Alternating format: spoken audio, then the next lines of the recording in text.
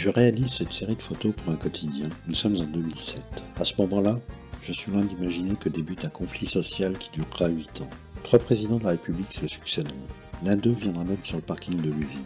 Campagne électorale oblige. Va commencer pour moi une longue incursion dans ce monde ouvrier. Première victime sacrifiée au nom du libéralisme. Je sillonnerai l'Hexagone muni de caméras, d'appareils photo, en passant par les tribunaux, correctionnels, prud'hommes, manifestations, piquets de grève, blocage d'usines. Défilera devant moi le cortège du monde du travail et son lot d'accidents, maladies professionnelles, de plans sociaux, répression syndicale. Non, 4-8, c'est là que tout a commencé.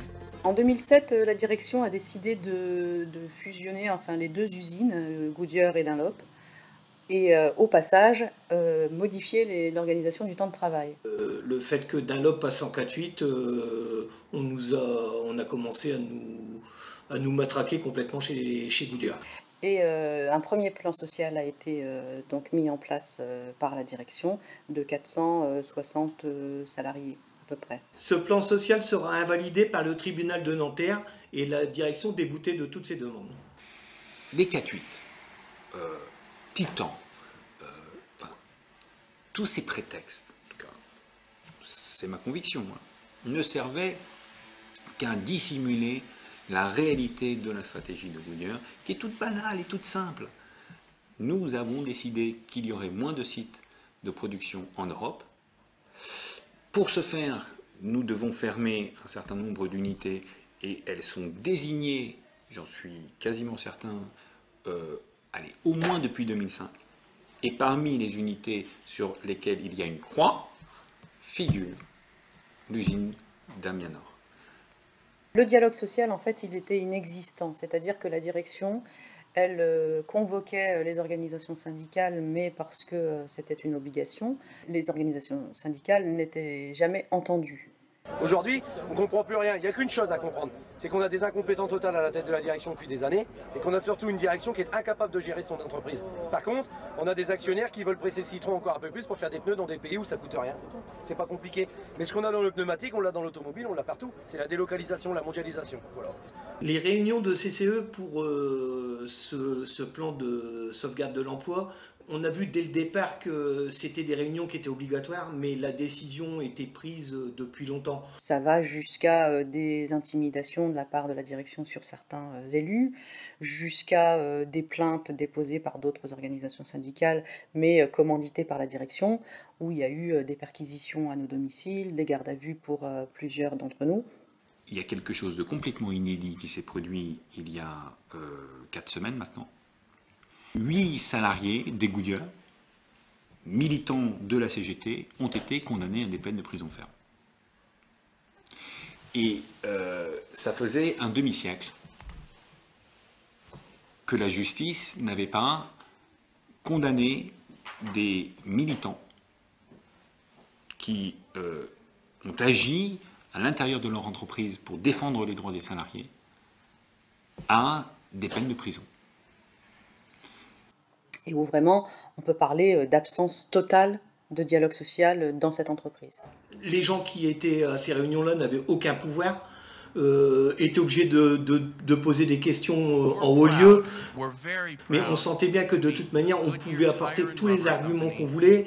La décision de fermer l'établissement d'Amiens Nord était prise depuis plusieurs semaines, voire plusieurs mois, voire plusieurs années. À partir du moment où ils ont commencé leur projet de restructuration, à partir de 2007, ça faisait au moins 20 ans qu'il n'y avait pas eu d'investissement conséquent qui permettait d'entretenir le matériel et les équipements.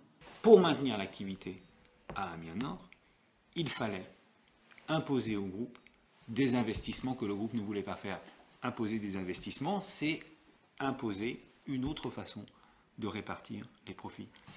Mon sentiment après 9 ans de conflit, c'est un énorme gâchis, parce que c'était une entreprise qui tournait bien, c'est un groupe qui fait des milliards de bénéfices, mais qui n'en fait pas assez et qui veut délocaliser dans des pays à bas coût. On lâche rien, on lâche rien, on lâche rien, on lâche rien, on lâche rien, on lâche rien, on lâche rien, on lâche rien.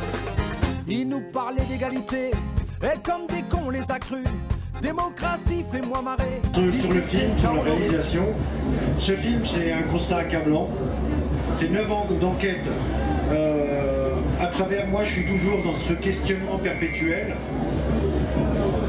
Les politiques européennes, les politiques nationaux, hein, que font-ils? Est-ce que ce sont les banques qui dirigent?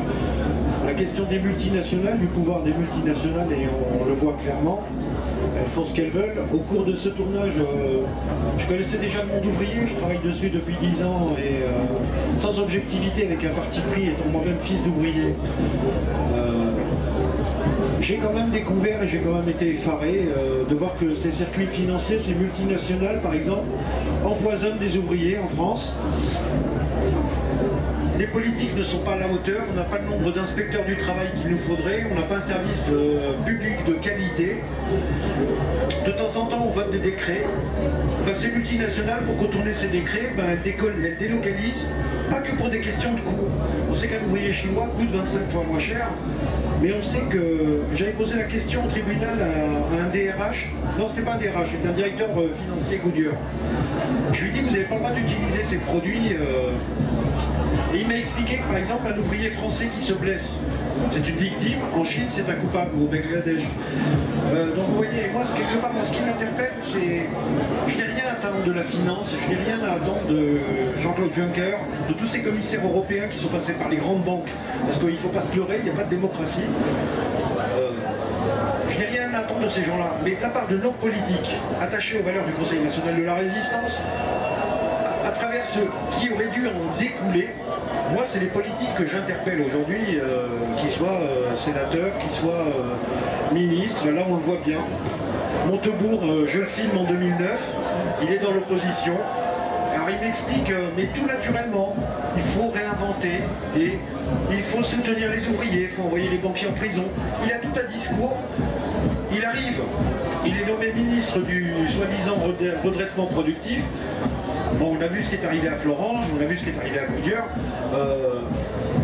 Le gouvernement socialiste actuel n'a fait que, je dirais, accélérer ce que Sarkozy avait mis en place. Sarkozy, parce que quand j'ai commencé ce film, moi je l'ai commencé sous Chirac. Bon, j'avais suivi quelques conflits sociaux.